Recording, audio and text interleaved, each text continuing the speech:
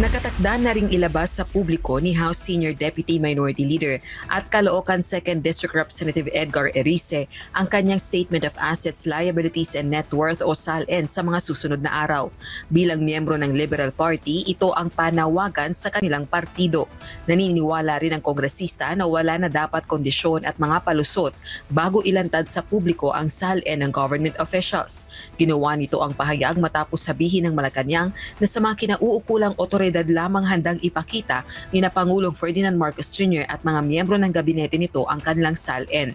Unang-una nagsalita na po ang Pangulo at siya po ay handa naman pong ibigay at ipakita ang kanyang SALN sa proper authority at meron naman po na tayong rules or procedure na inilahad ang Ombudsman at sinabi din naman po dito na lahat ng request for SALN ay pagbibigyan pero may mga certain guidelines po na ibinigay ang Ombudsman. So ang ehekutibo po ay tutugon dito.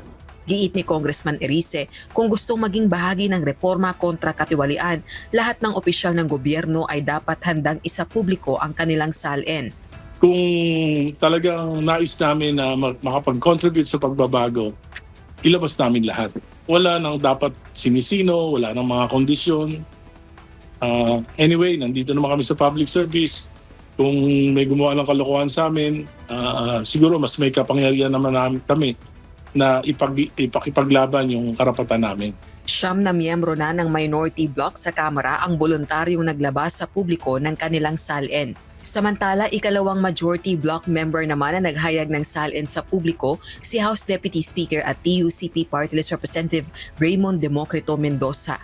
Sumunod siya kay House Speaker at Isabela 6th District Representative Bogie D. Nagkakahalaga ng 35.96 million pesos ang net worth ni Congressman Mendoza.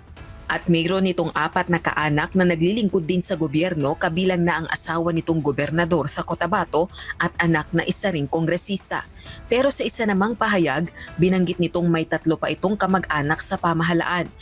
Kabilang na ang pamangking si Tingog Party List Representative Yeda Romualdez, may bahay ni dating House Speaker at Leyte 1st District Representative Martin Romualdez. Sa higit 300 kongresista, 12 pa lang ang naglantad sa publiko ng kanilang SALN.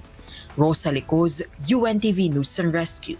Diyos ang aming sandigan, serbisyo publiko ang aming pinahahalagahan.